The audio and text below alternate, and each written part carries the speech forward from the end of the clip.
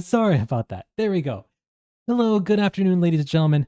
My name is The Advocate, and today, hopefully for the final time, well, not final time, hopefully for the first time with sound, my name is The Advocate, and I am an advocate for a 1,000 subscriber live stream special. Sorry about that. Oh, there we go. There we go. All right, so the sound is coming through. I'm hearing it on this side.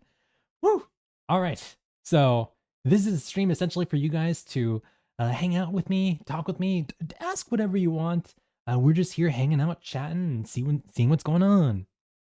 Before we get started with the stream official special, Harshad Rumper, I saw your chat earlier about the no audio. Hopefully you're able to hear me now. I'm able to hear myself here on the stream here. So let's see, open widget. Your activity suggestion, excellent. Okay. Sorry, I just got a little notification here that says like, oh, your stream is currently underperforming, like in terms of like the bitrate. And I was like, what the heck's going on? I'm pretty sure my bitrate is fine. But anyway, guys, yes, before we get started with the stream special, I just want to give you guys a couple of house cleaning notes. So first and foremost, currently, this might be the only video you guys see for the rest of this week. I'm currently reading through this so far pretty interesting book called Shogun. I don't want to reveal too much of my thoughts thus far, as I'm saving that for an upcoming video review. I'm currently 550 pages into this book, and right here on chapter 32. And so far, Matthew McGinty, dude, thanks so much for the congratulations on 1,000 subscribers. Thank you, thank you. I'm currently 550 pages on this Shogun book. It's been again, I don't want to give too much of my thoughts away because I'm saving that for a book review video, but it's been a very interesting read thus far. I am super, super looking forward to putting a book review out for you guys with regards to that book. And then after that, I may or may not watch the Shogun TV show that was adapted from that book into TV show format. I'm still currently deciding if I want to do that. I want to see how the book review video performs, and if it does relatively well, I will definitely watch the Shogun TV show and then create a very belated review of the first season of the TV show for that TV show, despite the fact that, you know, it aired back in 2024. Give you guys my thoughts on it, and then if that does well, do a book versus TV show comparison to from Shogun the book to Shogun the TV show. But if that's of no interest to you guys, I may just go ahead and skip from the Shogun book review video to reading another book, which is Windhaven by George R. R. Martin. I purchased that book about a couple weeks ago prior to the 2025 Worldcon, and my intention was actually to go to Worldcon and have George R. R. Martin signed Windhaven for me, but they were only accepting one book at a time, so I gave him my copy of the United of the Seven Kingdoms book for him to sign, which he did. More on that later. And so yeah, so Windhaven is the book that I will be reading after Shogun, and I'm super excited. After my read through of the Fever Dream book, which if you guys haven't seen my review of, I highly recommend you do so, in addition to my discussion with Becky Does Blog, which we did a complete spoilerific breakdown of that book, which I recommend you guys watch. I am very keen to read other books by George R. R. Martin that aren't necessarily within the A Song of Ice and Fire series, because I see now that even despite his books not being within, even the books that are outside of his A Song of Ice and Fire series, they're still really fantastic, really great, and I'm excited to delve more into his library. So we'll see. But anyway, that's pretty much the house cleaning notes for now. Oh, sorry. Coughing break. Sorry about that. So if you guys have any other things you guys want to discuss, want to talk about, then let me know. Hit me up in the chat box, right? Oh, there. Hit me up in this chat box right here, and we'll get to it. So, yeah. If you guys want to hear more about my time at Worldcon, I definitely can share that as well. I pretty much said everything I needed to say about my time at Worldcon. Again, I was only there for 2 days, that being Friday, August 15th, 2025, and Saturday, August 16th, 2025. I didn't stay the entire 5 days, but I essentially just went for those 2 days in order to meet George R. R. Martin and Brandon Sanderson, and yeah, it was a fun time. For the most part. I mean, I pretty much voiced my complaints there. I don't think I'll be going to any future Worldcons, but we'll see. Harshad Runpar. So hopefully I'm saying that correct. I'm sorry if I'm mispronouncing your name. I'm so sorry. Any plans for a summary of the Night of the Seven Kingdoms? So I've been waffling around with that idea about potentially doing a summary. The only issue is that the Night of the Seven Kingdoms books are the Night of the Seven Kingdoms novella compilation book is pretty easy. It's pretty simple. It's pretty straightforward. I don't know if I would be I don't know like what I would contribute to the conversation by creating a summary video of the novellas. As again, Dunk and Egg are primarily just in one city at a time per novella. So it'd just be, the profiles of Dunk and Egg, at White Walls or at Ashford Meadows. And it just would not really, I don't know, I don't feel like I would contribute much to the conversation there.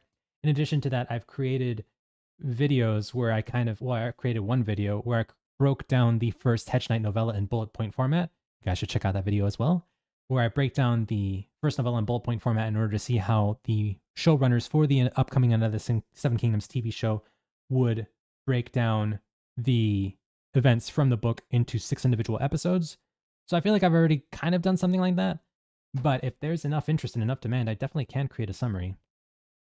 Matthew McGinty, I bought Fever Dream after your review. I am halfway through the book. Dude, let me know what you think of the book. Hopefully you enjoyed it. Hopefully it's been a fun time. Hopefully I didn't oversell it for you.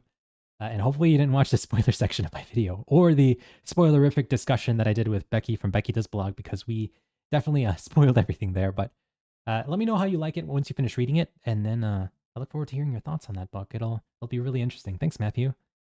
So I do, going back to the topic of summary videos, I recently put out, well, not recently, last month, I uploaded the video for the first half summary of the Fire and Blood book, as in the summary that breaks down the first half of the Fire and Blood book, starting from Aegon's conquest, ending up all the way through the end of Jaehaerys the First's reign. And it did okay. It did relatively okay, but I know there's probably more interest in me breaking down the second half of the Fire and Blood book in another summary video. So I do want to create a summary video of the second half of Fire and Blood, which will consist of the Dance of the Dragon's War, essentially all the stuff that is covered by the House of the Dragon TV show, all ending with the end of Aegon III's regency. However, I may hold off on doing that because there's a video that I put out for channel members where I essentially break down my process of how I create these summary videos, and they take a lot of blood, sweat, and tears and time. They take a lot of time to make.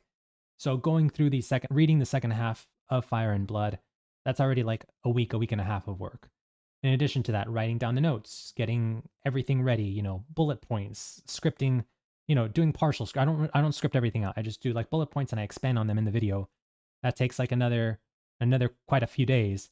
And then recording, I need to dedicate like a 5 to 6 hour block of time where I can just sit down in front of the camera right here and talk to the camera for like a 5 to 6 hours block of time. And then editing. Oh my gosh, editing will take forever. So that's like, essentially it takes 3 to 4 weeks to create just one summary video. So I'm not sure if I'll be getting to that anytime soon, but I definitely want to create a summary for the second half of Fire and Blood prior to the end of the year. So if I upload such a video, you guys probably won't see it until maybe November, potentially December of this year. But yeah. Anyway, guys, thank you, Matthew, Harshad. Thank you for being here. I really, really appreciate you guys being here with me. Yesterday, I finally hit 1,000 subscribers. Woo! It was quite... So I won't lie, I was looking forward to this day. I'm not trying to say that I was expecting this day to come, but I was hoping that it would come, and I'm glad it came. And it happened yesterday, Sunday, August 31st. And I was very, very overjoyed.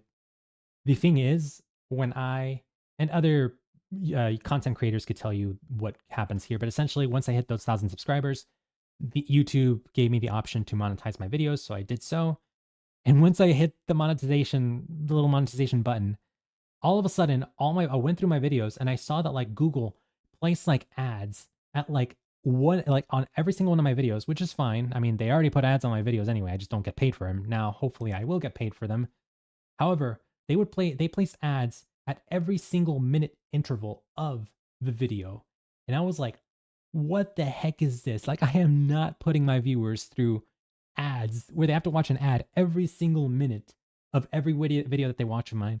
So I had to go in and manually like remove so many ad placements where they place ads on a lot of my videos. But not only that, not only did I have to remove a bunch of ads, but the placements where they had some of those ads were also in the middle of sentences. I would be speaking a sentence, and then halfway through the sentence, halfway through a word, they would just like cut off and interrupt with an ad. I'm like, what the heck is this? So I had to manually go through every single one of my videos yesterday. Not everyone, like I went through 50 of them.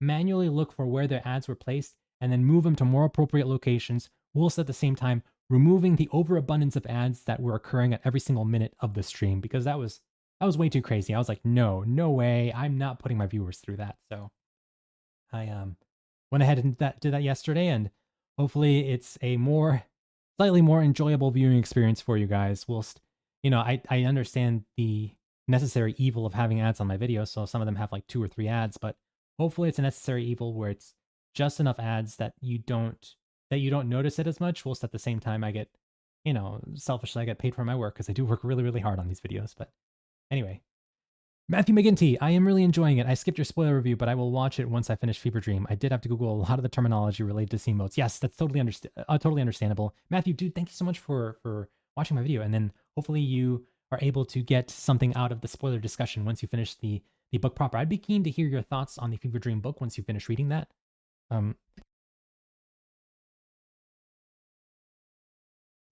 Sorry, totally unprofessional. It's coughing break. I'd be really keen to hear your thoughts, Matthew, on the book once you finish reading the book and then watching our videos. And I'd be keen to hear your thoughts as well to see what you have to think.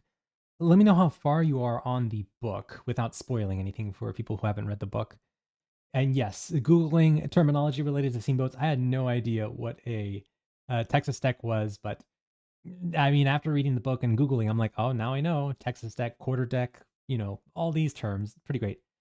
Cindy, not Cindy. Thank you so much for joining me. I see you all the time on Grease's streams, so I appreciate you coming here. Thank you so much, Cindy, for joining us here for this 1,000 subscriber live stream special. Thank you. Real quick, something is bothering me right here. Oh my gosh. I'm spending this video just, bad audio and terminology and all this stuff here. Let's move that here. Oh, no, don't do that. Let's move the background image. Sorry, there we go. Much better. Cool. Then you can see the thin little white outline around my library back here. Well, not really my library, but it's our little secret. Cindy, have you read the Fever Dream book? What brings you on to the and thank you, by the way, if you've subscribed to my channel, I really appreciate it. Or if you haven't subscribed, thank you. By the way, guys, if you're watching this video or watching this live stream and have not subscribed, please subscribe. That would really help me out a lot. Thank you guys so much. You're welcome. I love your perspective. Thank you, Cindy. I really, really appreciate it. I love seeing you on chat every time that I show up on Grease's live streams, the Grease Goblins. Another one of my cool buddies, my cool friends, the Grease Goblins, on the Grease Goblins channel. I always like interacting with you on the chat. Also interacting with some of the other crazies on there. Papa Khan, Dakota. Oh my gosh, he's so crazy. Just a lot of wonderful people, a lot of wonderful characters on those streams. So thank you for joining me, Cindy. I really, really appreciate it. So earlier in this video, I kind of discussed what my plans are for the next couple of videos that I will be pumping out. Not many of them will be related to the Song of Ice and Fire series, despite me knowing that the Song of Ice and Fire videos I pump out are probably the most successful ones on this channel, but that's just, I don't want this to devolve into a channel where it's specifically just a Song of Ice and Fire. I want it to be a booktube channel that specializes in the Song of Ice and Fire, where I'll jump back and forth between George R. R. Martin stuff whilst at the same time, reading other great books, because there's so many other great books out there that are not just a Song of Ice and Fire. So many wonderful books, and I hope my videos help promote those other books, despite the fact that the books that I'm reading are relatively popular, so hopefully most people already know about them by now. Matthew, I've read 200 Bridges, and I can already tell it is a great book. Awesome, Matthew. Dude, thank you. I'm glad you're enjoying it. I'm glad you're enjoying it. It's a wonderful read. I enjoyed my time with it. I'd be very keen to hear your thoughts on the ending, so whenever you finish that book and get through the ending, I'd be keen to read your comments on the book. So if you finish, definitely check out Becky's video and my video on Fever Dream and share with me your thoughts. Share with us your thoughts. Right now I'm reading Outlander. Diana Gabaldon says Cindy, not Cindy. But I've looked into Fever Dream, mostly how it gives a better perspective on Daemon Targaryen. I haven't read it yet, though. Daemon Targaryen, really? Are you... Okay. Without delving too deeply into spoilers, are you referring to the character of Daemon Julian? Is that what you're referring to by Daemon Targaryen? Because I did not really get Daemon Targaryen vibes from Daemon Julian. I actually got more Roose Bolton vibes from Daemon Julian. Well, if Roose Bolton were... Because Roose Bolton's a sociopath. So if Roose Bolton were a sociopath and an extrovert I think that would describe Daemon Julian to a T. But I did not get the Daemon Targaryen vibes from him. But let me know who you got the Daemon Targaryen. What character gave you the Daemon Targaryen vibes in the Fever Dream book? I'd be very, very keen to hear and see what that was about. But and also keen to hear about how Outlander by Diana Galbadon is. I'd be keen to hear your thoughts on that as well. If you weren't in the stream earlier, essentially I discussed that I'm currently reading the Shogun book, which I'm without giving too much of my thoughts away. It's been an interesting read. I'm looking forward to scripting down my thoughts into a book review. This probably will be my only video for the week. I don't think I'll be able to, I definitely will not be able to finish reading this book by the end of this week. I also might not be able to finish reading. It's not just finish reading, but after finishing reading, I'd also have to script out an entire script, record and edit. And given my full-time responsibilities, I don't think I'll be able to get a video out for this next week either. So you guys might not see a book review on Shogun until Friday, September 19th. Potentially, I'm going to try to get it done by Friday, September 12th, but that's probably overly ambitious. So we'll see. And then after that, I plan to hope if there's success there with the video, I plan to potentially watch the TV show and then compare the book and the show, Shogun, and then from there, read Windhaven by George R. R. Martin, and then from there, there's a couple other things that I'm bouncing around in terms of what I would like to do.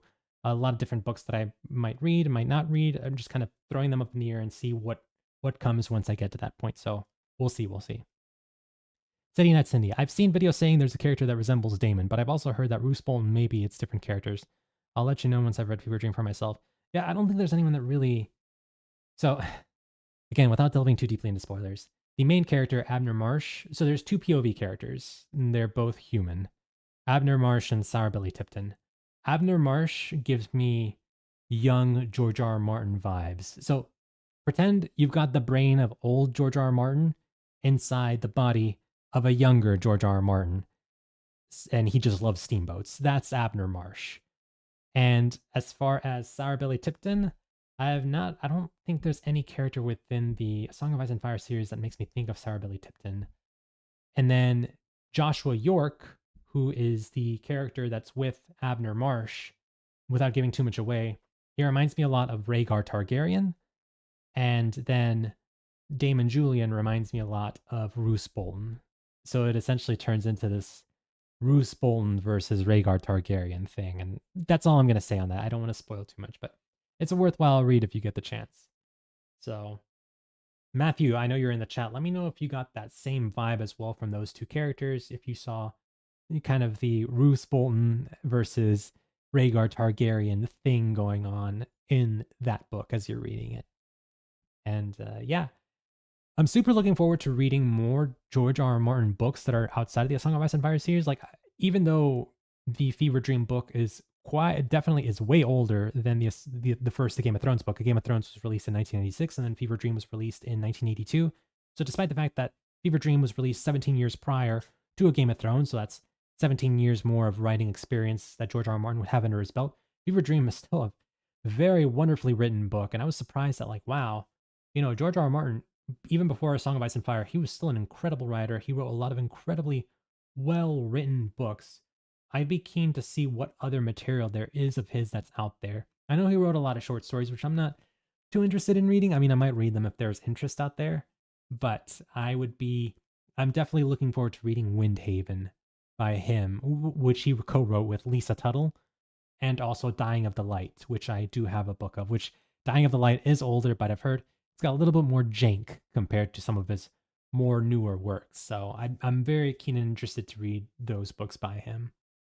Matthew, I did notice in Fever Dream that George already loved writing lengthy paragraphs about food. Yes, that is one thing that is common. It seems to be common across all of his written works. He sure does love his descriptions of food. Anything that he can kind of sink his teeth into, literally, he will put it on paper. And it's so fun to read, just kind of Abner Marsh taking a bite out of this, hunk of chicken or whatever, and, eating these eggs and the yolk running and stuff like that. I'm like, yeah, that does seem to be typical of all of his books, because in the Song of Ice and Fire, they sure do love eating their food, and George R. R. Martin sure does love describing the food in intricate detail. So seeing that same thing, those same descriptive details play out in Fever Dream, it's like, yes, I feel like I feel like this is just different window dressing for the same exact things that George R. R. Martin likes to write about. So it's been fun. It's been fun. It's good. It's good.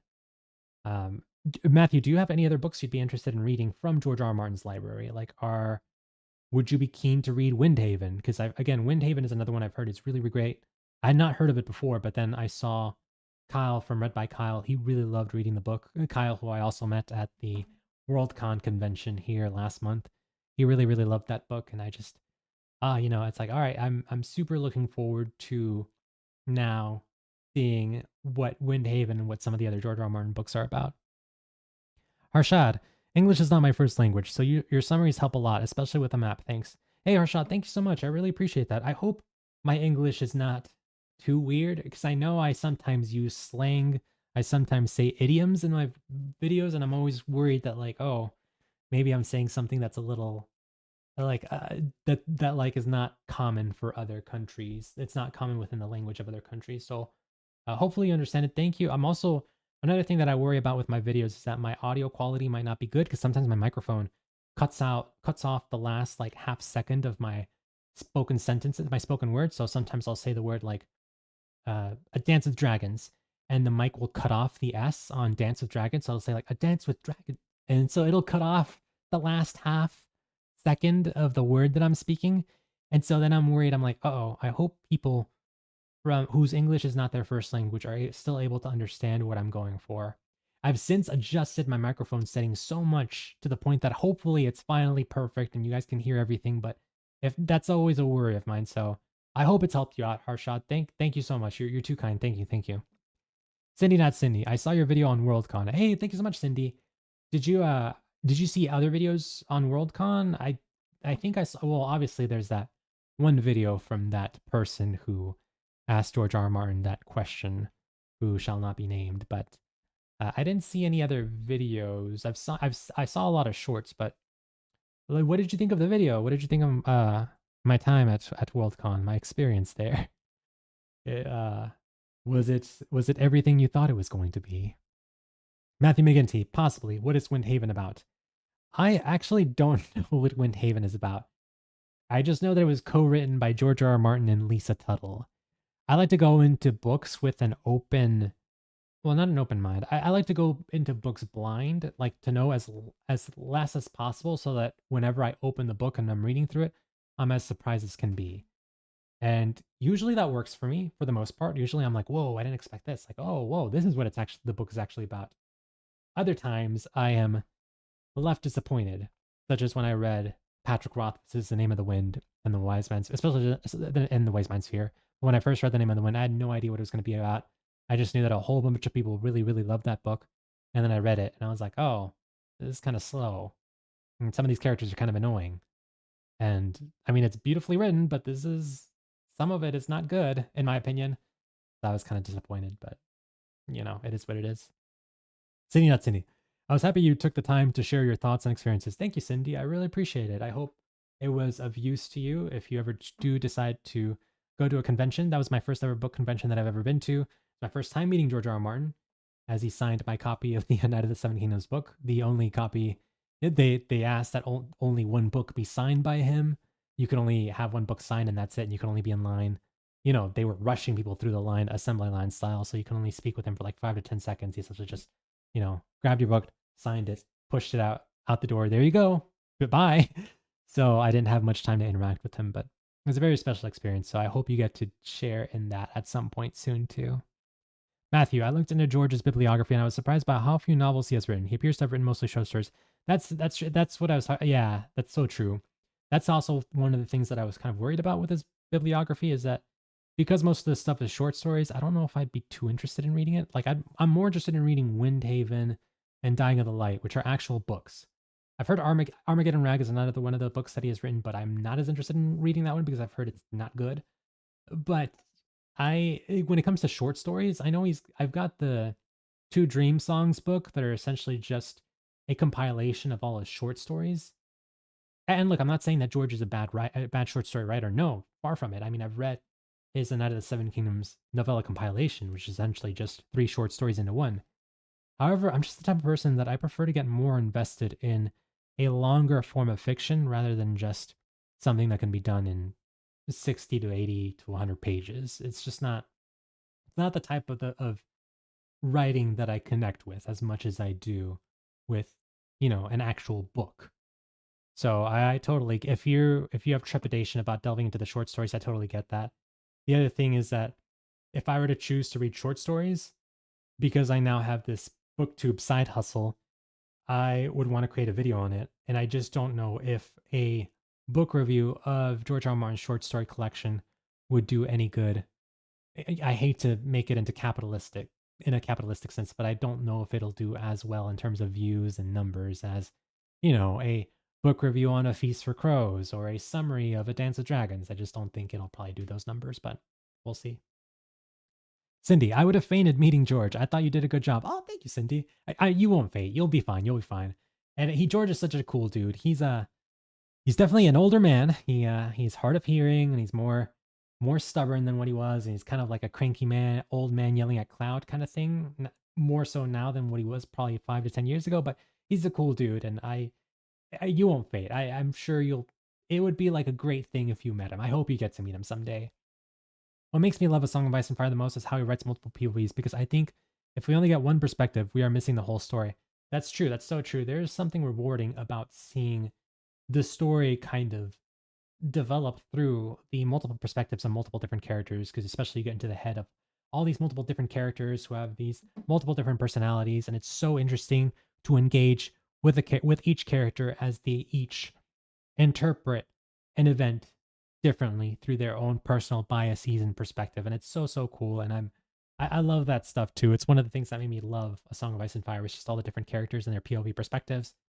Having the whole story read through just one character, such as, like the Harry Potter books or the Hunger Games books, which are still good books in there. I mean, I haven't read Harry Potter since I was a kid, but the Hunger Games books, which I read when I was a teenager, I love those books. But I don't know if I could go back to reading that where it's just a one person perspective. I mean, I'm sure I could. I'm sure it's still good, but there's something rewarding about reading through the different perspectives and personalities of different characters. Matthew, I am not that interested in short stories either, except for Dunk and Egg. Yeah, same boat, Matthew. I totally agree with you. I'm in the same boat. I'd be more hesitant to read short stories than I would to read his actual books. Cindy, not Cindy. I love Dunk and Egg too. Yeah. Like Dunk and Egg is so great.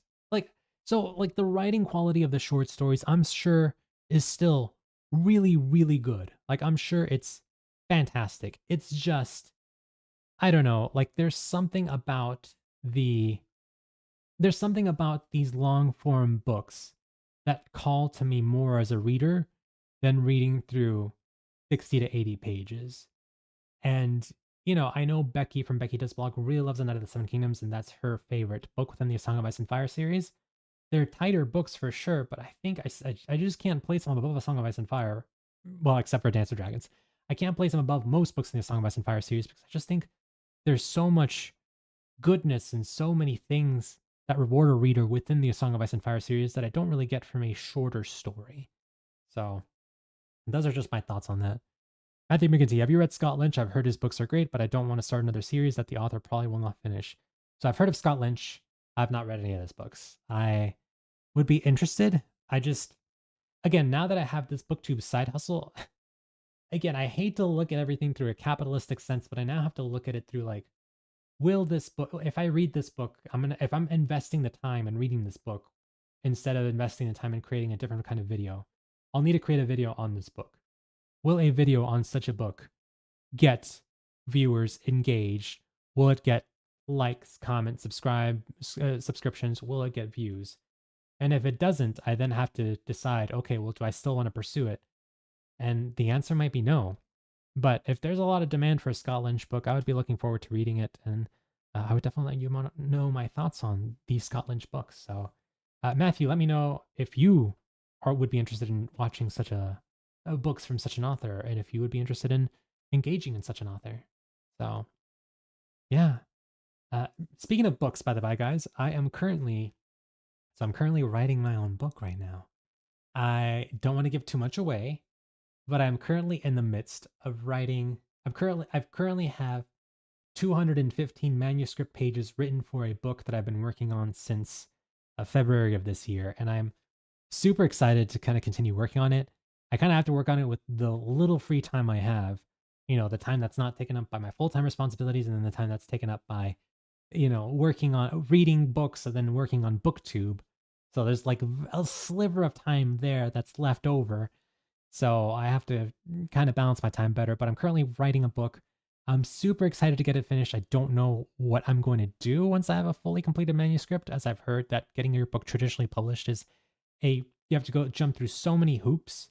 Or like if I don't know if I'm going to traditionally publish such a book or if I'm going to go through independent publishing or what's going to happen, but hopefully it's a great story. I'm really enjoying my time writing it, and hopefully you guys will get to see the fruits of that labor one day and enjoying such a book. Whenever that time comes, I'll definitely make an announcement on this channel and be like, hey guys, I wrote a book. Look at this kind of thing.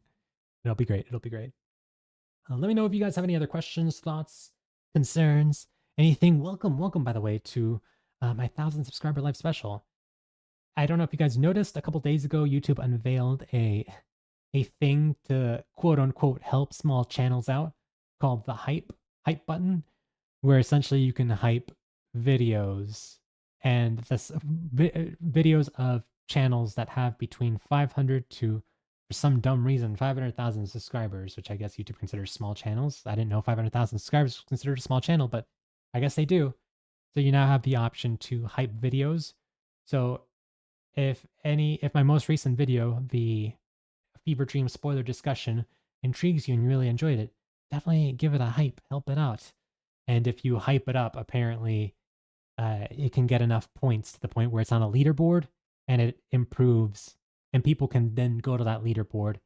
Like new viewers who have never seen your channel can go to the leaderboard and see like, oh, who is this person? Click on your video, and then it contributes to views and likes and all that fun stuff. But I don't know. It's a very flawed thing, this hype system. I don't know how it'll play out, but if you guys choose to, definitely hype the most recent video on. It would mean a lot to me. Thank you so much.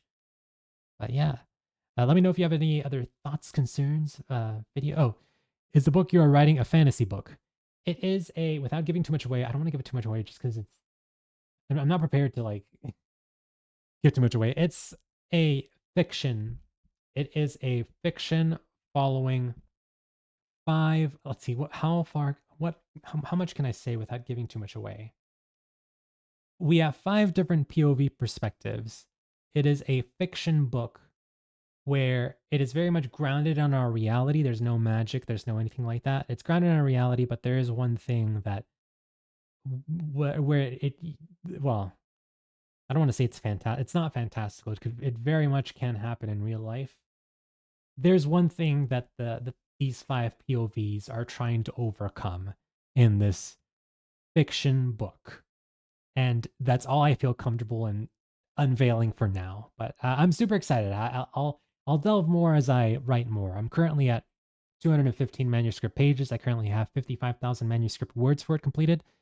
Looking at how the book is shaping up, I'm about a third of the way through. So in totality, it might come out to be 150,000 words, which is too long for a traditionally published book from a debut author. But we'll get to that. We'll cross that bridge when we get to that. We'll see. Matthew Stewart can't stick around, but just wanted to say congrats on 1,000, man. Matthew, thank you so much for just hopping by, saying hello. Thank you, Matthew. Really appreciate it. Matthew Stewart, thank you. I always get a kick out of seeing you on the Grease Goblins chat, so thanks for interacting with me there. But Matthew McGinty, I hope that answers your question. Again, I'm trying not to give too much away, but that's what's up. By the way, Matthew Stewart, did you have any thoughts on the Worldcon situation? Well, we're already like 2.5 weeks past that. I hate to like keep treading old ground in order to stay topical, but Jessica Carranza, hi Jessica, welcome to the chat, welcome to the stream. Thanks for being here. Thanks for being part of this 1,000 subscriber live stream special. Thank you, Jessica. Do you have any thoughts, questions, concerns, ideas for this stream? This is just kind of a hangout stream to hang out with you guys and talk about whatever. Doesn't have to be about anything. It could just be, us hanging out. I am probably going to reserve these live streams for kind of channel milestones. So thus far, this is my 3rd live stream. I had one when we hit 500 subscribers. I had another one when we were celebrating the 1-year anniversary of this BookTube Advocate channel. and this one is celebrating 1,000 subscribers. So I'm probably gonna stick to that, where I'm only gonna do live streams whenever we hit channel milestones. But if this channel hopefully grows, if it does, I may have live streams happen more often. So if this type of format is something you guys enjoy, definitely let me know, and I'd be keen to do more live streams. City Not City, do you study mythology? Like Greek mythology, like mythology, like historical mythology, like Zeus and that kind of stuff? No, I don't. I don't study mythology. I mean, it's interesting. I'm sure it is, and I remember reading parts of the Odyssey when I was in high school, Homer's Odyssey, but I don't. It's not something that like I don't go out of my way to absorb that that type of content. It's not something that personally interests me, but I do find it occasionally interesting.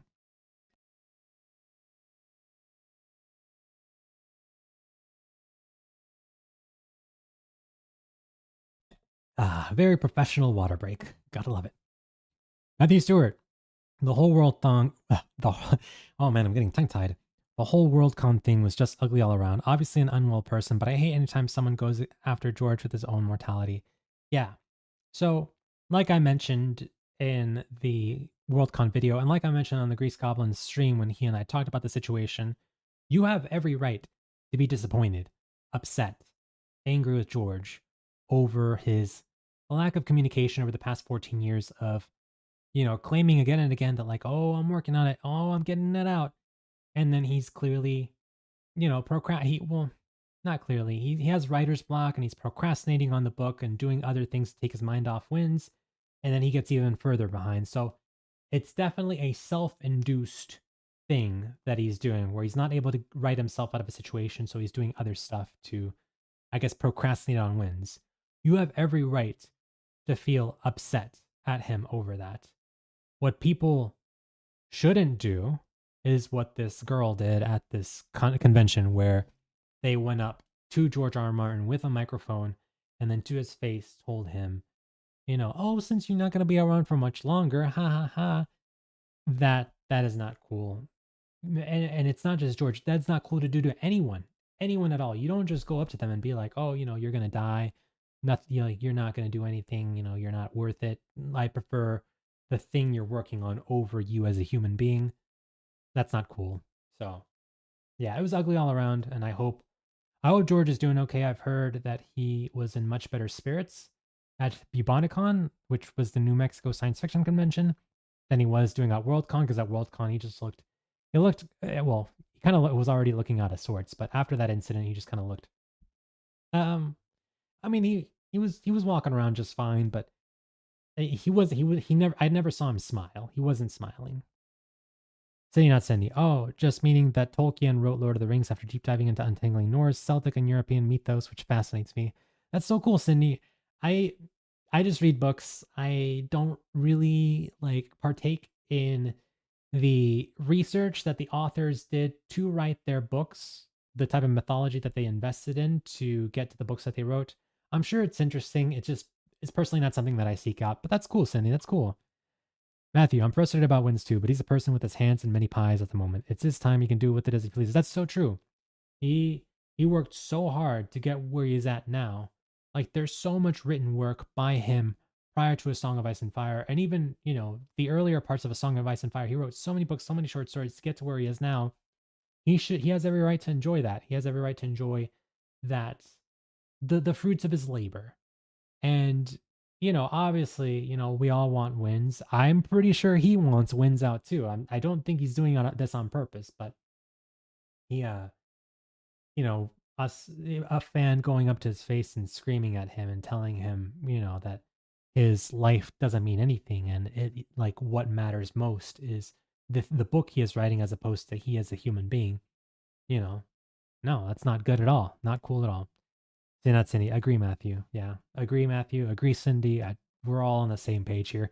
Most people are on the same page. Pretty much everyone in that panel room where I was in, where that fan went up to George and told him told him that is in agreement with you guys. We all booed that person out of the panel, and yeah, not cool. The people who organized the Worldcon panel did a podcast where they briefly discussed the incident. They did say, well, they didn't say much though. Yeah, they didn't say much on it. I don't think they will. I think they'll probably just remain mum about it. The podcast, there was a comment that asked when the podcast would be up. They said September 16th, which is pretty weird that they're taking 1 month to edit this podcast. I guess they record and then they edit it 1 month out ahead of time. I don't know why. It doesn't seem like that hard of a thing to edit through, but I don't know. I guess it'll take them a month. So I'd be keen to hear the completed product. In that video, the SFF Addicts podcast people said that they do not intend on including this person's question within their podcast episode, just because they don't want to give that person the time of day. But they only said that person's question, which makes me believe that the other questions will remain there. Which, if if that is the case, then my question, then I literally will be not to toot my own horn, but I literally will be the main event of that podcast. Like, all right, the last question, and it's like, oh, the advocate. It's like, oh, hey guys, my question is to Brandon Sanderson. Woohoo! I'll be literally the main event of that podcast. So you guys all should listen to that podcast whenever it comes out and just skip to the last. No, you shouldn't skip. It's a worthwhile discussion for 2 hours, and then some questions followed up with main evented by the advocate. Question by the advocate. I feel like I've said it every year, but I definitely feel like Wins is coming within the next 5 years. Matthew, I disagree with you. So okay. I know George is working on it at some point, but the condition that I saw George in at Worldcon, where Howard Waldrop's death really did a number on that man. He is heartbroken. He is still sad about the death of his friend. George doesn't really have a family. George doesn't really, I mean, he has a wife, but he doesn't have kids. He doesn't have grandkids. His friends are his family. And Howard Waldrop was as close to him as a family member would be to anybody. He was essentially his brother, and his brother died. And so this person that he knew for 40, 50 years died. And obviously it affected him. It really hurt him. And on top of that, George R. R. Martin is not someone who... George R. R. Martin is an atheist. So he doesn't, for people who are of faith, they're like, oh, this person died. I'll see them in the afterlife. George R. R. Martin doesn't believe in any of that. So in his mind, it's like, okay, this person died. I'm never going to see them again. I'm sad and depressed, and that is what it is. So he, complete 180 from Brandon Sanderson. So it really affected, Howard Waldrop's death really affected George R. R. Martin to the point where George is so sad, so heartbroken, it essentially crippled him in how he views life and how he views his work. So nowadays, he's more focused on getting Howard Waldrop's short stories out into movie form than and he's still working on his stuff, but it really affected him. And then in addition to that, in addition to the death of his best friend, George R. R. Martin, obviously that fan was stupid when they said that to him. But George R. R. Martin was, when I saw him, the various times that I saw him, walking by at Worldcon, he was an older man. He was hobbling a bit. He did have a cane. He had to be helped. He did need to be helped out of his seat. Whenever he was at the panel, he was rambling on. He was interrupting people. He was hard of hearing. Physically and mentally, he's not in the best of shape. Now, a lot of that does have to do with Howard Waldrop, but there is some age playing into that as well. So it is to a point right now where, after seeing the condition that George R. R. Martin is in, and more importantly, what Howard Waldrop's death did to him, George R. R. Martin, I don't think, is in any condition to finish The Winds of Winter within 5 years. He might finish in 10, maybe, but I just don't see it. I definitely don't see it that people were like coping with like, oh, maybe he'll announce a page count update here at Worldcon. He didn't do such a thing. And even if he did, it probably would have still been 1,100 pages. He looked out of it. He looked sad. He looked depressed. He looked hurt, and he looked old. And it's really sad. So, but again, that's no excuse for what that fan did to him when that fan went up and asked him that question. So, but no, I don't think Wins is coming out in 5 years. At this point, honestly, I hope he hops on over and writes a handful of Duncan Egg tales for us. I think George enjoys those quick clip along adventures too. Of course, blessed because Duncan Egg are my favorite Song of Ice and Fire stories.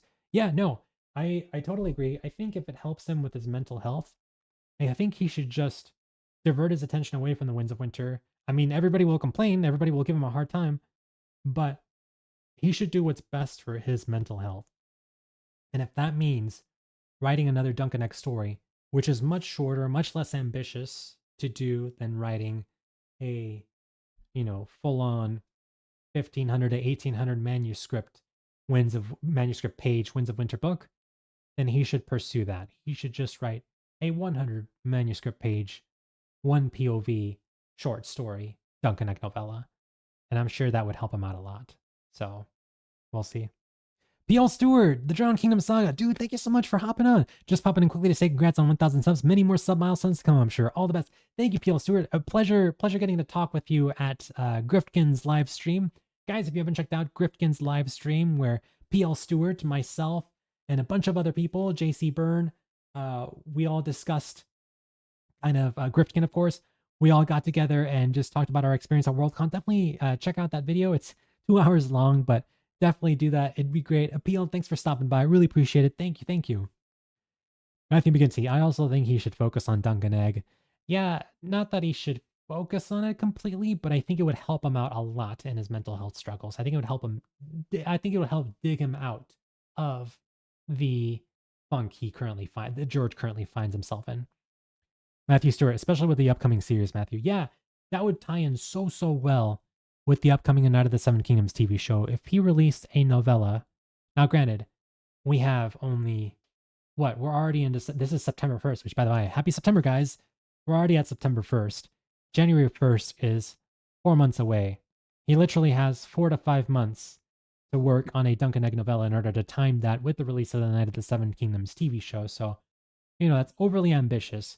But if he wanted to, he totally could start writing a Duncan Egg novella, and I'm sure hype for the first season of the TV show would get him more excited, get him more amped up to get something out, to type something out for the first season of the TV show, to the point that when he releases a novella and it's timed in accordance with the TV show, not only would the hype for the TV show help him out in sales for his novella, which he doesn't really care about because he's already a 9-figure millionaire. He doesn't care about making money, but seeing so many more people reading his newest novella than they would have if it wasn't timed with the Knight of the Seven Kingdoms TV show would help him out so much in terms of love for his writing, love for the craft of writing, that I think it would benefit him more.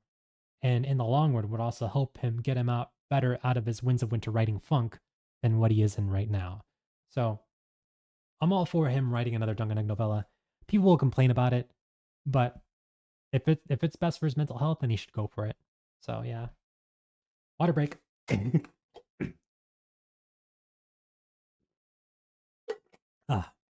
Sorry guys, my throat gets parched if I don't drink water like every 10 minutes. My throat is like killing me.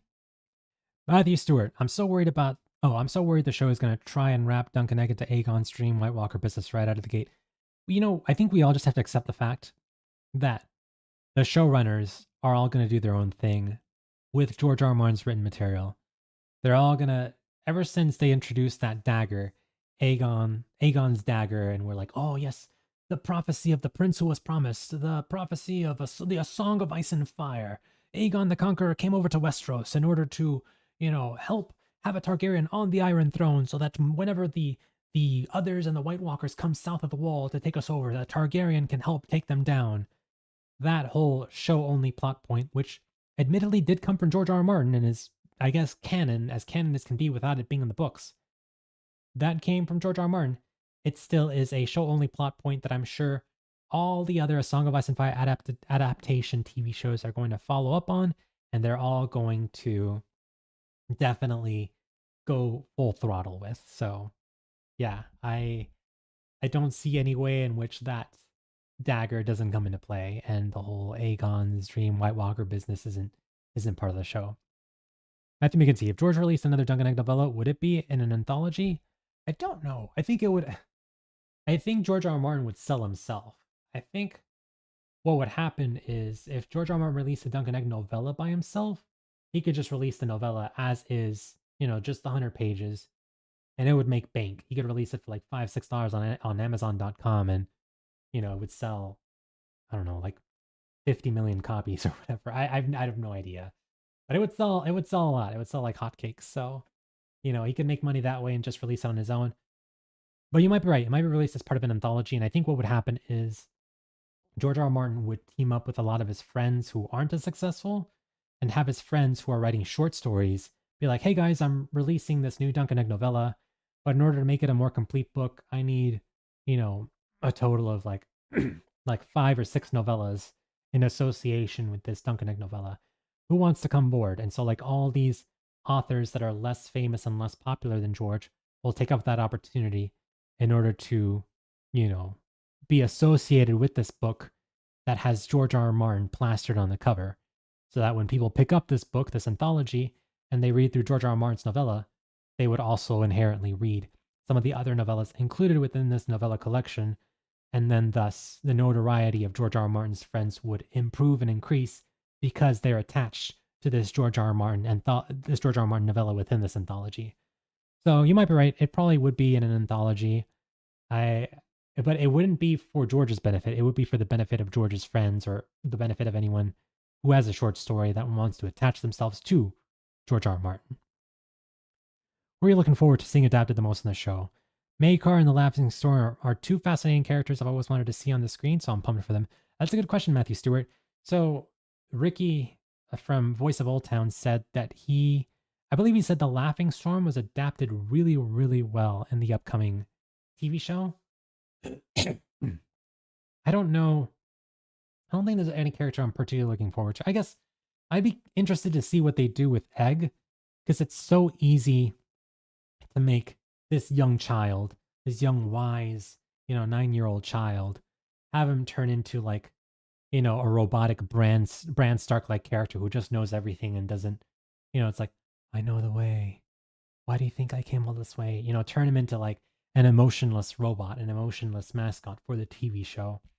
So I'd be curious to see how they portray young Egg, but we'll see. We'll see. I think that's besides that, I'm just looking forward to seeing how they adapt the story itself, not necessarily the characters, just the story. Matthew McGinty, I think when he originally released his previous Dunk and Egg novellas, they were in anthologies. That's true. So they were released as part of anthology, especially the first Hedge Knight novella.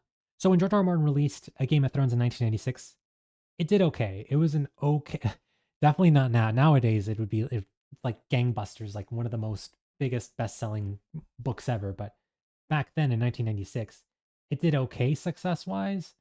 So, he would have an autograph signing and maybe like 10 people would show up. Definitely not like it is nowadays. So the thing that really got his name out there was the first novella, the Hedge Knight novella, because it was associated in an anthology with another big name author at the time. And so people picked up that anthology for that big name author, and then they saw like, oh, this George R. R. Martin guy is in here too. Oh, this novella's pretty good. And what else does this George R. R. Martin guy write? And so from there, they then discovered like that anthology did more for the sales of that first The Game of Thrones book, did more for the sales of the first The Game of Thrones book than the first The Game of Thrones book did by itself. So it helped them out a lot in terms of that anthology. So they were in anthologies.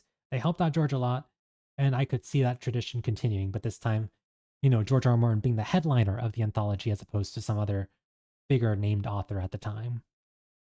Oh, coughing break.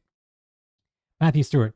In the novella's Egg writes a fine line between arrogant and youthfully ignorant, so hopefully his little actor can pull it off. I'm informed. Yeah, me too. I hope they do the character justice. I'm really looking forward to it. Callum Rushworth, dude, thank you so much. Congrats on 1,000, mate. Thank you. Callum, and by the way, congratulations on the release of your book, The Summoner. It's definitely on my to be read list. I'm so sorry I have not read it, but congratulations to you, Callum, on everything you've done. Writing wise, all the blood, sweat, and tears you've poured into your book, and thank you for the 1,000 subscribers. I will eventually read The Summoner. It's on my TBR list. Oh, I have a long TBR list, but I really do want to read it. I really do want to read it. So I'm happy for you. Congrats. The series definitely did the most for the series as a whole. Yeah, for sure. Becky, thanks so much for stopping by. Congrats on 1,000 subscribers. Very happy for you. Thank you. I really appreciate it. Thank you, my friend. Of course, Callum, of course. Yeah, Becky, I hit 1,000 yesterday, it was like a sweet surprise. I was like, oh, I hit 1,000. And then I turned on the little monetization button. And then when I did, I spoke about this earlier in the stream. All of a sudden, I looked at my old videos and I saw, holy snap, Google and YouTube added like 50 million ads on all of my videos. So then I had to go through each and every single one of my videos because they had like ads like every 30 seconds to every minute. I was like, what the heck is this? So I removed ads from like I removed most of those ads and then moved them around and shifted them to more appropriate places. But I'm super excited to be finally part of this 1,000 subscriber club, 1,000 plus subscriber club. And thank you, Becky. I really, really appreciate it. Thank you, my friend. Yeah, of course, Callum. Of course, of course. So, by the way, guys, if you guys have any questions, I'll still be on the stream for another 20 to 30 minutes. We'll hang out for a little bit longer.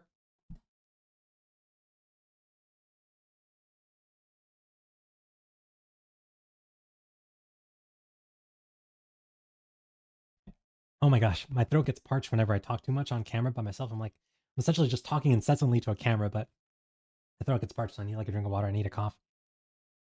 Haha, I did that too. They put ads everywhere in my old videos. Yeah, they did. I'm like, Google, you are so greedy. Like, Google, do you really need like all these ads? I mean, I understand it's a necessary evil to have ads on our videos, and I totally understand the need. So I left some of them there, but they had like ads like every 30 seconds. I'm like, there's no way. Like if I watched a video and there was an ad every 30 seconds, I would click off after the second ad. Mega Hustler, thank you so much for subscribing. Thank you for coming along to the Advocate channel. 1,000 plus club. Yes, that's right, Callum. I'm super excited to be part of this club. Super, super excited. By the way, Callum, I might ask you a couple of questions. I might probe you about, I don't know how private this is, about like your process in terms of getting published, because I'm currently writing through a book of my own. And although it's not finished, I'm getting to a point where the word count is longer than what most traditional publishing companies would like for a debut author. So I'm getting kind of scared. And I'm like, oh, maybe I shouldn't traditionally publish. Maybe I should just independently publish and see what's up. So I might probe your brain on what independent publishing was like for you. So we'll see. We'll see. But yeah, super excited to be part of the 1,000 plus club.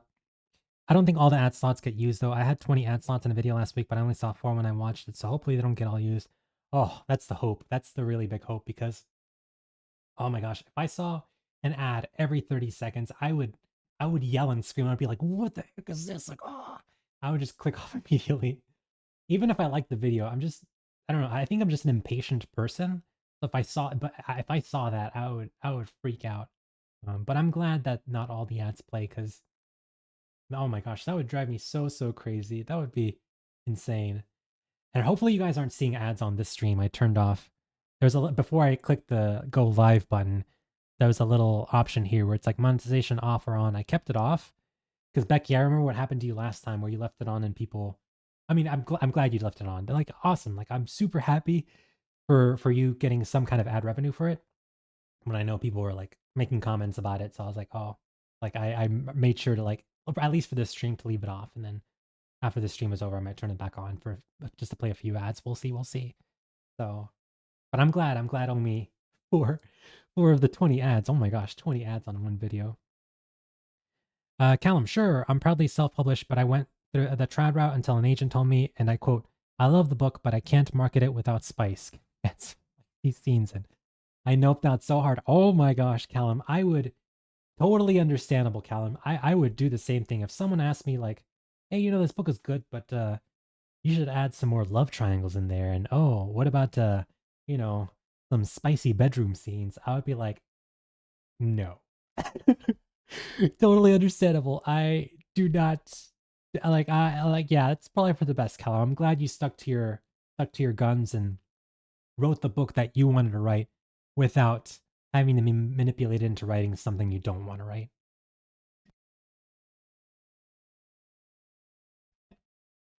Matthew Stewart, what's going on with the Hound in your opinion? Do you think it will play a significant role in the end of A Song of Ice and Fire? I'm of the opinion that he will come back to the aid of the Stark Girls in some way. Yeah, I think there's way too many clues now that he's still alive. I think he'll definitely come back into the fold. And I don't know if he'll help out the Stark Girls, but he'll definitely help out Sansa, because there's way too much stuff that was left there. So many clues, so much foreshadowing that was left there for like a Sansa / Hound reunion to happen some point later on in the series. So I really do think they're going to he's still gonna be alive and he's gonna interact with her again. I just don't know in what capacity, and I don't even know if it's gonna happen in the Winds of Winter. I doubt it would. If it does, it probably would happen at some future book down the line, which realistically we probably will never see. Becky, I forgot to turn ads off on my stream last night and felt so guilty. Hey, no need to feel guilty. I wasn't trying to guilt trip you on that. No. Like, I just remember the stream that you had, I think like a month ago or something. Like people were like complaining or something. I was like, what? And you had made mention of it, but no, if you need to add ads, that's totally understandable. Or even if you accidentally leave them on, that's totally fine. I think most viewers at this point are just so used to seeing ads on YouTube, but it just when ads first showed up, people complained. But now that they've realized that ads are a normal part of YouTube and it's one of the, I guess, best ways for not best, one of the ways creators get paid, they're more willing to tolerate those ads. So no guilt, no shame whatsoever. Callum, I reckon he'll support Sansa or he'll be fooled by the Ramsay plot and go to Winterfell. Or he'll be fooled by the Ramsay plot and go to Winterfell. Yeah, I have no idea what the Hound will do. There's so much up in the air there. I do think he's still alive. I'm not sure how he would get tied into the Ramsay plotline though, because currently, if the theory is to be believed, where the Hound is currently alive, and not just alive, he's currently at the graveyard with the elder brother whom Brienne interacts with in A Feast for Crows, then I don't know what would convince him to stop digging graves and go to Winterfell to fight Ramsay. Like, I just don't know what would get him. I'm not saying I don't believe you. I'm just saying, like, oh, if that is how the story plays out, how would that happen? So we'll see. I guess we just got to find that out in the Winds of Winter or any future books that happen. So we'll see. By the way, guys, Callum and Becky, let me know if you guys have read Shogun. I'm currently reading through this book. It's been a lot of fun. I don't want to give too much away just because it's going to ruin the upcoming book review video, but let me know if you guys have read this book and what your guys' thoughts were on that. Or if you watched the TV show. I am tempted to watch the TV show adaptation of Shogun and seeing, like similar to what Becky does, like book versus show comparison for each season of the Game of Thrones TV show. Do a book versus show comparison for the Shogun book versus the Shogun TV show. And then I will absolutely be a complete snob and be like, when I watch the show, be like, that didn't happen that way like it did in the book. They changed that from the book. What are they doing here? Just be like completely obnoxious. I want to be completely obnoxious and just annoy people with those opinions. No, I'm just kidding. I'm not gonna do that, but we'll see. Becky, who do you think Azor Ahai? It's got to be the Hound. Oh man, if it was the Hound, that would. I'm sure there's one person out there, one theorist out there, who created just the most perfect, beautifully written dissertation on why the Hound is Azor Ahai. And if that were to happen, oh my gosh, that person would feel so vindicated. I would love it just for that one person if that were to come true. But I don't think it's Azor Ahai. I just think it's a prophecy that's everyone's going to assume they're Azor Ahai, and the moral of the story is that there is no Azor Ahai. Like, it's just a prophecy that was made up. I think anyway, but I'm not sure. I love Shogun. Oh, you did, Callum. I'm glad you liked it. How did it compare to did you watch the TV show? How did it compare? Becky, I haven't read Shogun, but really want to. I will say, so without spoiling too much, if you love Japan, if you love Japanese culture, if you love Japanese heritage, if you love anime, if you love anything to do with Japan, I think you will love this book. It's very interesting. So I'll just leave it at that. I'll go in with an open mind, and I'm looking. If you read that book, I look forward to hearing your thoughts on that book. Matthew Stewart. Speaking of Ramsay, how will he get his comeuppance? Obviously, it won't be Jon and Sansa directly. Maybe the Manderleys will have him strung up before Rickon. Winterfell is tricky to me. Lots of moving parts. Yeah, Matthew, I have no idea. I am under the belief that then, maybe there's this cope because Stannis Baratheon is my favorite character, but I am under the belief that Stannis will take over Winterfell, and that will mean, but if he does take over Winterfell, that would mean that it would have to be the end of Roose and Ramsay Bolton. But so I don't think Ramsay would be around for much longer. But then again, Ramsay has been built up as too much of an important villain for him to just kind of die and Stannis to take over Winterfell. So I don't know. I don't know. I think the Manderleys will probably play into Ramsay's downfall at some point. I just don't know how it would play out.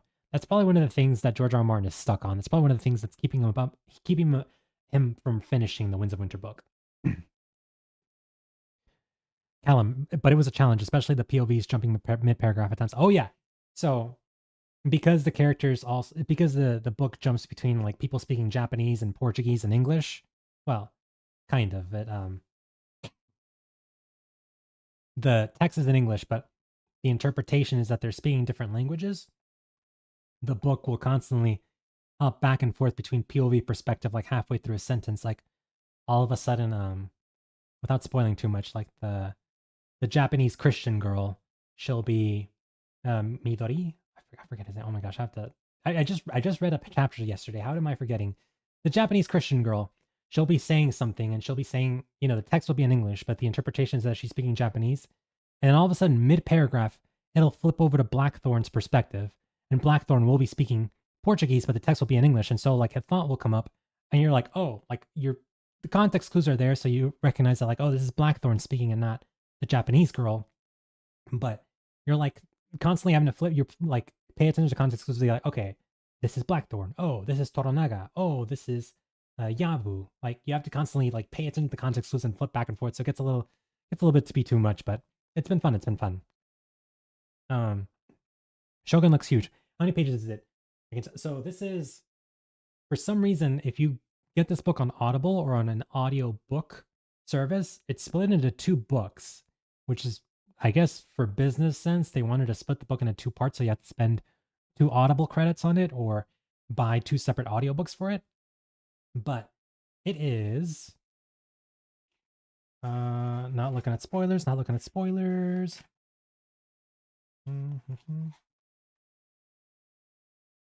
1,299 pages. Oh, don't if there's spoiler stuff here for the ending, don't tell it to me because I haven't read it, and I am currently on page 550. There we go. So yeah, actually, what was the girl's name? I read her so many times I forget. A lot of like I like to think I'm experienced in Japanese names, but I guess maybe not because I was like, what's that girl's name again?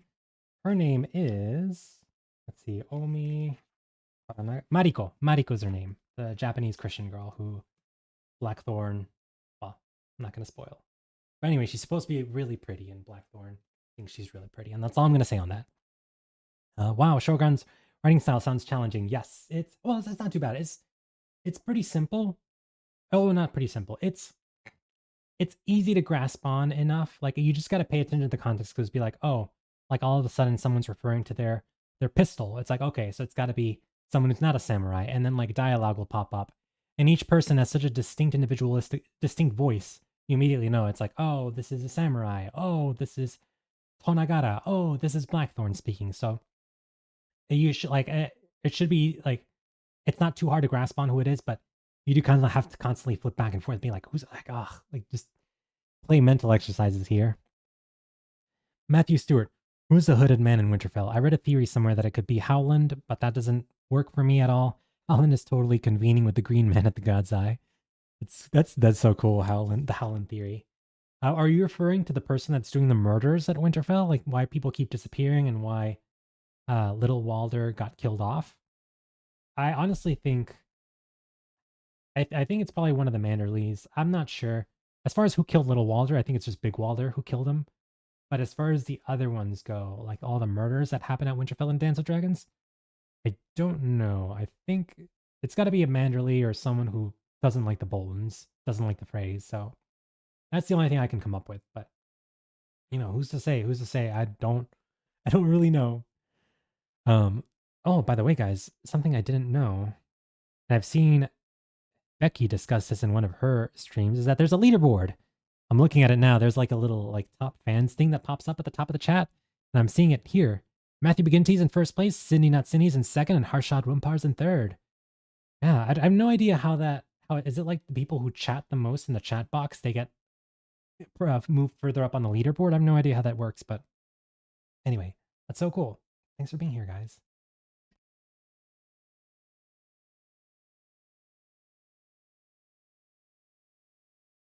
Oh my gosh, I could never like people who like speak in front of a camera for like 2 hours straight. I don't know how they do it. I'm like, I need a cough like every 10 minutes or like get a drink of water because my throat gets parched from talking too much. I was referring to the guy who approaches Theon, but the Winterfell murderer maybe will be the same character. Are you referring to Abel? So Abel is Mance Rayder, if that's who you're referring to. At least that's I didn't know that when I read the A Dance with Dragons the first 2 times I read it. But then like during my third read through and then like on Reddit, someone was like, "Oh, it's Mance Rayder." And I was like, "Oh, well that makes sense." And then I felt like a dummy. I was like, "Duh, it's Mance Rayder. I'm so stupid." So, yeah. Leaderboard. Yes, the leaderboard. did I say leaderboard? I don't know if I said that correctly. Um, Cindy not Cindy, glad to support. Yeah, thanks, Cindy. I really appreciate you being here. Appreciate all you guys being here. Cindy, Matthew Stewart, Matthew McGinty, Callum Rushworth, Becky. Thanks for being here. All the love for you guys. Thanks for this 1,000 subscribers. Woo! Couldn't have done it without. I really could not have done it without you. Thank you. Glad to support. Thanks, Cindy. Matthew Stewart. Also, Shogun has been on my shelf for over a year now. It's just daunting to me.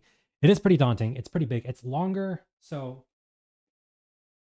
A Dance of Dragons is 414,000 manuscript words, I believe. This book is 424,000 words. So it's longer than A Dance of Dragons. It's longer than A Storm of Swords. It's longer than any singular book within the A Song of Ice and Fire series. The only thing that I've read that's longer are some of Brandon Sanderson's later Stormlight books. The Rhythm of War is like 450,000 words. That one was huge. And this is 424,000. And then Wind and Truth, which is the 5th book in Brandon Sanderson's The Stormlight Archive, that's supposed to be 500,000 words. I will be reading that one eventually, not anytime soon. But yeah, it's a huge book, but it's very, again, without giving too much away, ruining my book review, but it's very immersive. So you don't really feel the book's length all that much. At least I haven't anyway. But then again, this book might just be hitting a lot of my own subjective desires of like, oh, I love Japan and Japanese culture and Japanese anime and all things Japan. So of course, like for me, this book is like, oh yeah, like it's easy, like I love it. But like for someone who's like, maybe doesn't have those same interests, it might not ring as well to them as it does to me. So we'll see. I'll probably go for another 5 minutes, guys. If you guys have any questions, let me know. I thought mine at 102,000 was a lot. Dude, if you were able, Callum, congrats on 102,000 words. That's awesome, dude. 102,000. That's like perfect for like traditional publishing. Minus the fact that it didn't have all those spicy bedroom scenes. But that's awesome, dude. Congrats. 102,000 was a lot. You'd be surprised. Like I think some people just really like to type, and they like to type a lot, and so they're really immersed in their own world. So they just go on and on and on about the world that they're building. So then they just like, before they know it, they're like, oh, I just wrote like a 50,000 word chapter without saying much at all, except describing the color of the leaf as it falls onto the ground and the patch of dirt as I walk on it with my feet, kind of thing. So, but 102,000 sounds like the perfect length. Again, I need to read The Summoner. It's on my TBR list, but I look forward to reading it.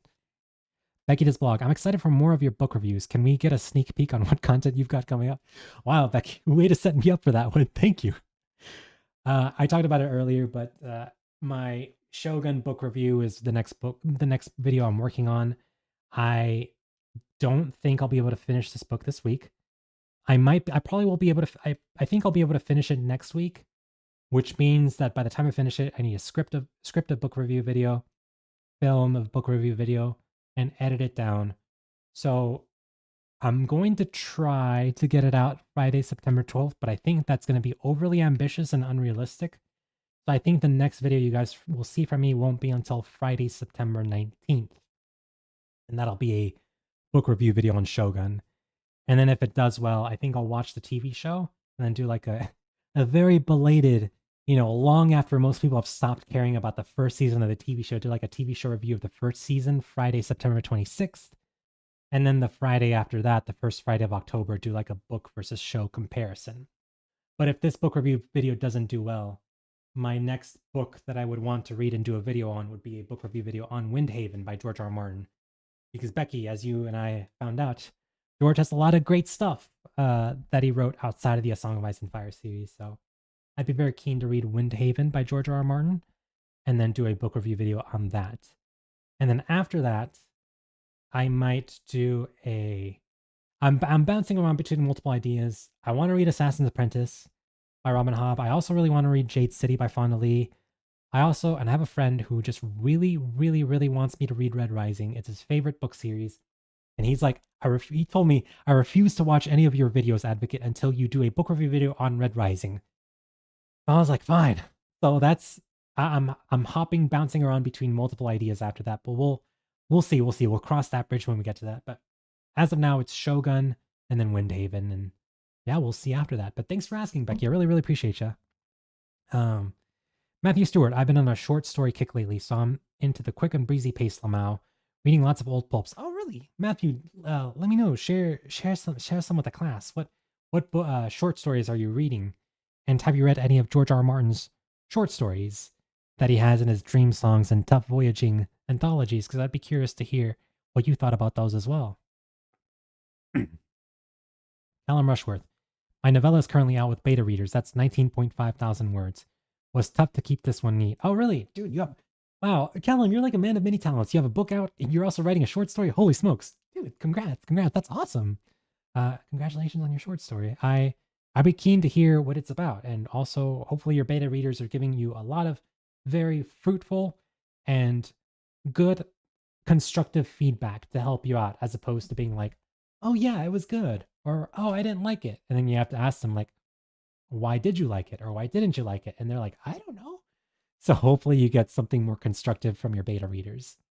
Oh yes, Windhaven, I want to read that too. Yes, Becky, if you read that, let me know, and then we can create a video and then thus help each other out in creating more content in this never-ending content machine that is the YouTube algorithm. But if not, you don't have to. But I'd be keen to hear your thoughts regardless of content or not. I'd be keen to hear what you think of Windhaven if you get around to reading that one. Callum, thank you. It's a standalone in the same world as The Summoner. Idea is one novel, one novella each year. Okay, cool. So you're doing kind of like an in-between. So you'll have like one novel, and then an in-between novella, and then another novel, and then an in-between novella. Kind of like a Star Wars, where it's like you've got the first trilogy, then you've got the so yeah, you've got the original trilogy. No. You've got this prequel trilogy, and then you've got Rogue One. Then you've got the original trilogy, and then you've got Mandalorian, and then you've got the sequel trilogy after that. That's cool. Well, definitely collab. I enjoyed it for Fever Dream. Yeah, Becky, thank you so much for hopping on for that. It's the video is actually doing surprisingly okay. I was expecting it to not do well because it's not a Song of Ice and Fire, but it's actually doing pretty okay by my standards. Like I'm not a big time YouTuber by any means, so compared to my previous videos, it's doing relatively well. So yeah, I'd be keen to talk more George R. R. Martin on a Song of Ice and Fire books. Callum, that's the issue with self-publishing is you have to stay relevant. So it's content, just like YouTube. Yeah, Callum, I can't imagine what you must be going through, especially because with YouTube, it's much easier to get a video out on like a weekly schedule, or well, relatively easy. Depends on how intensive your video is, but if you wanted to, you get a video out every week and it'd be just fine. Whereas writing a book, you literally have to sit down, think on it, maybe outline a little, type a book out, retype things that don't sound well, get beta readers to test for it, so it just takes a lot longer.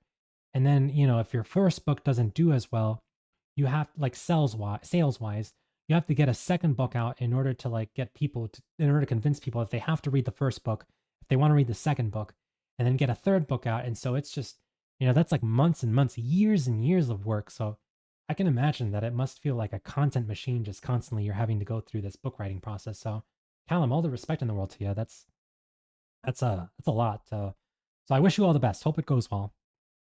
Matthew, I'm currently reading a collection of weird fiction, Lovecraft, Ari Howard, Matheson, and Bierce, and the likes. I don't think I've read George's shorts, but October I'm reading Fever Dream. Matthew Stewart, let me know what you think of Fever Dream whenever you read it. And then, yeah, I'm super excited to hear your thoughts. Again, don't watch Becky and I's spoiler collab on it, but read the book and then watch our videos on it. I'd be keen to hear what your thoughts are on it. But Ari Howard, Matheson, and Beers sounds amazing. I'd be excited to hear that. I'd be excited to hear your thoughts. Callum, thank you, my friend. Of course, my friend. Of course. Mi amigo. Tomodachi. Tomodachi ichiban. Be excited. Yeah, of course. You're welcome. Okay, it's currently 11:22 a.m. my time. So I might just go for like another 2 minutes. So if you guys have any other final thoughts or questions, let them out now. But if not, again, thank you guys so very much for the 1,000 subscribers. I really, really do appreciate each and every one of you. So thank you. And I look forward to making more live streams. I said this earlier, but I'll probably keep these live streams to channel milestones. So advocate-san. Arigato gozaimashita. Arigato. Domo arigato. Karuma-san. Matthew, also if you can track them down, don't know if they're on streaming, but George's Twilight Zone stories from the 80s are really fun. Oh, really? I didn't know they were released in book written format. I didn't know they were released in text form. I thought it was going to be just is it like the scripts for the Twilight Zone TV show episodes that he wrote? Or did they convert the stories from the episodes of Twilight Zone that he worked on and made them into a book? It's really interesting. Yes, Callum. Callum, have you been to Japan before? I don't like to like talk too much about my own personal life, but I've been to Japan before and I loved it. It was probably one of the best times of my life.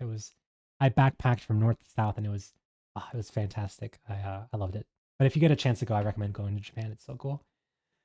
You worked so hard. Very happy you've hit the 1,000 milestone. I remember hitting it and then someone unsubbed from me, so I went to 999. Oh my gosh. I hope it wasn't one of those things, Becky, where like you hit 1,000 and you were able to monetize, and then because someone unsubscribed, all of a sudden Google was like, actually, nope, we're taking that monetization away. So you had to wait for someone else to subscribe back in order to give you back those monetization tools. Hopefully it wasn't like that. Hopefully those monetization tools stayed with you, even though you went down to 999. But oh my gosh, that's so it's so funny and also kind of sad that happened then. Oh my gosh, but I'm glad. I mean, you're way past that. So congrats to you on all your success. No, not in text form. I worded that poorly. Don't worry, Matthew. Just the episodes themselves are rather fun. Okay, gotcha. Oh my gosh. Sorry about that. I hope you guys are not annoyed by my coughs. Again, my throat gets parched and I have to like drink or cough. Okay, cool. I've been looking forward to watching those Twilight Zone episodes. Hopefully they're good. But Callum, I have not been to Japan, but it's on my bucket list. Dude, do it. Do it. You should actually right now, after the end of the stream, go on Skyscanner or go to any just Google Flights or whatever, and right now buy yourself a ticket from wherever you are to Osaka, Japan, and just go. And then when you're in Osaka, immediately make a beeline towards Kyoto, Japan, and then spend all the time and potentially money in the world there. It's fantastic. It's great, and probably a little overcrowded. Actually, we're coming off the peak season, so I might not be too crowded, but Kyoto's great. Have a great time. Spontaneous trip to Japan. Yes, spontaneous trip. Let's do it. Woo!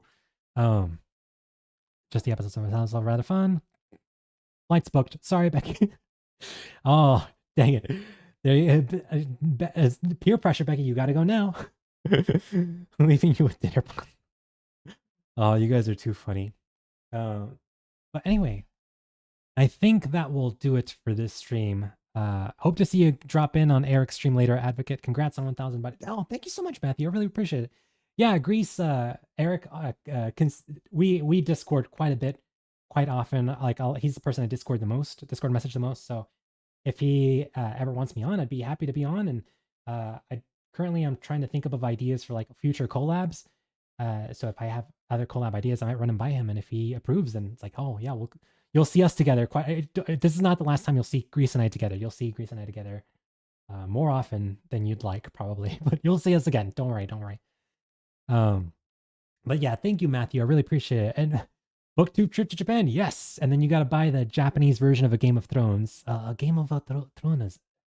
How would that be? A Game of Thrones. Something like that. You got to buy the Japanese cover of A Game of Thrones, similar to your Italian cover of A Game of Thrones, and then open up the Japanese Game of Thrones, and hopefully you can read hiragana and be like, all right, Tomodachi Ned Stark. Oh, so fun. Yeah. But Anyway, guys, thank you so much for joining me for this live stream. Again, Shogun book review will be coming up potentially next week, realistically the week after that. And then, yeah, I've got more book reviews, more book content for you guys in the coming weeks. As far as Fire and Blood Part 2 summary, probably not until November, probably, because those take a long, long time to make, but we'll see. And then, yeah, just future collabs. Another live stream probably won't happen until I hit another channel milestone, but if you guys really like this live stream or want to see more of me, I can definitely do more live streams in the coming, maybe not the coming weeks, but at some point sooner rather than whenever the next channel milestone, I can do another live stream. So it'll be great. It'll be great. Throne of Games, yes, because it's backwards. The Throne of Games. All right, guys. Until next time. Thank you so much, guys. Thank you so much for the 1,000 subscribers. You guys are too kind. You guys are the best. And until then, the Advocate out. See ya. Bye, guys. Bye.